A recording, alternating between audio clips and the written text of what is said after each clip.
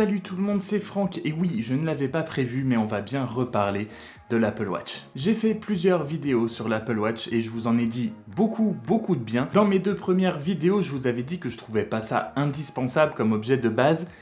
Tant qu'on n'en a pas, maintenant que j'en ai une, c'est complètement foutu. Et après 10 mois d'utilisation, il était temps que je vous en reparle, mais cette fois pour vous parler du plus gros défaut que je trouve à l'Apple Watch, parce que oui, j'en ai trouvé un, même si j'en pense toujours tout le bien que je vous ai dit, il y a un petit truc quand même qui...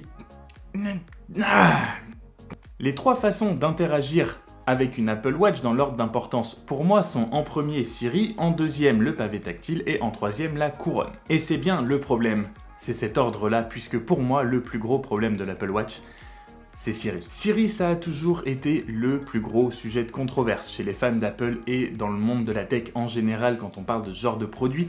Siri est toujours un petit peu en retard, Siri ne fait pas toujours aussi bien les choses que ses concurrents. Le problème de Siri avec l'Apple Watch, c'est pas ce qu'il peut faire, puisqu'il peut faire quand même plein de choses et à peu près tout ce que je lui demande, ce que je voudrais faire avec mon Apple Watch. Mais en fait, un des plus gros problèmes de Siri sur l'Apple Watch, c'est réussir à l'utiliser et ensuite, une fois qu'on l'utilise, réussir à ce que ça marche bien.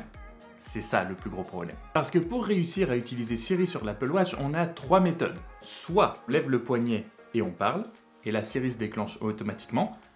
Normalement, envoie un message. Envoie un message. Qu'est-ce que tu peux faire pour moi? Deuxième façon, comme sur l'iPhone, le MacBook, le HomePod ou n'importe quoi, dis Siri. Voilà, j'espère que j'ai pas déclenché les vôtres, mon MacBook et mon iPhone viennent de s'allumer. Soit le moyen peut-être le moins pratique, le moins intuitif, mais le plus infaillible, on appuie longtemps sur la couronne et ça déclenche Siri à tous les coups. Et c'est déjà là un des premiers problèmes, puisque effectivement le seul moyen d'être sûr à 100% qu'on va bien activer Siri, c'est le moyen le moins pratique et le moins fluide. Puisque pour moi, le moyen le plus facile, c'est de lever son poignet et commencer à parler. Mais si vous faites ça, comme actuellement, vous allez vous retrouver un nombre de fois incalculable à juste parler dans le vide, puisque Siri ne se sera pas déclenché. Vous allez peut-être dicter un message qui allait faire 4-5 lignes et il ne se sera pas déclenché. Et au moment où vous allez regarder s'il l'a bien envoyé, eh ben, il n'y aura rien et ça va être méga frustrant. Le Dis Siri avec l'Apple Watch, lui, est effectivement mes chutes.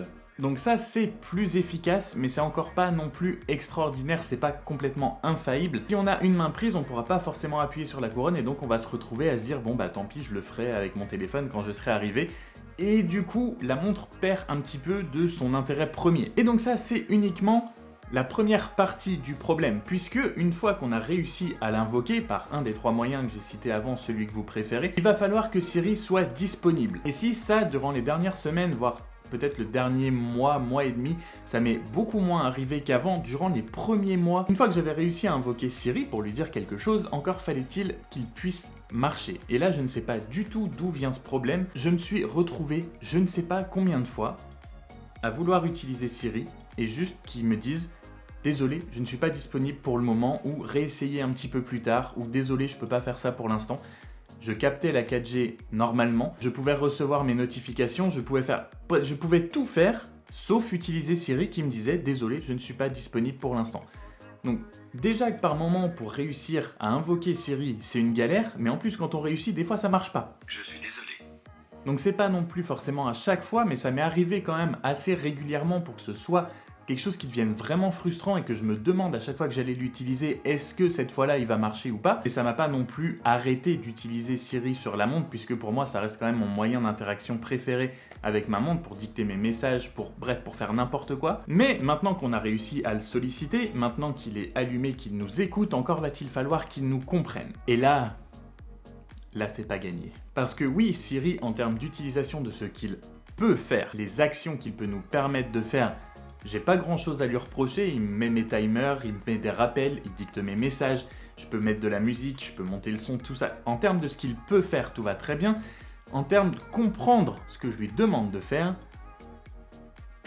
j'ai envie que Siri apprenne de ce que je fais et j'ai l'impression qu'il n'apprend pas du tout. Quand je vais dicter un message avec Siri, il va forcément y avoir des erreurs dans ce que je dis. Et donc très souvent, je vais me retrouver à regarder ce qu'il a envoyé et ça va pas du tout aller parce que soit il y a un mot qu'il a pas compris, soit il y a un lieu qu'il sait pas écrire, soit c'est une expression avec laquelle il a du mal et donc je vais devoir à chaque fois redicter mon message, soit avec des tournures de phrases différentes, soit avec un ton et des mots très très formels et très basiques pour que ce soit vraiment du mot à mot de ce que je dis. Et si en plus de ça vous êtes comme moi et que quasiment à chaque phrase un petit mot d'anglais vient se glisser dans votre phrase, laissez tomber, c'est mort. Il n'y a pas moyen qu'au fur et à mesure, ils comprennent et qu'ils apprennent à modifier à chaque fois en disant « Ok, alors il m'a demandé ça 10 fois il me l'a fait répéter, c'est que c'est pas la bonne façon de le faire. » Voilà, peut-être que j'en demande trop, peut-être qu'on est trop dans le stade de l'intelligence artificielle trop avancée, bref, je sais pas, mais c'est hyper frustrant de se dire qu'il faut faire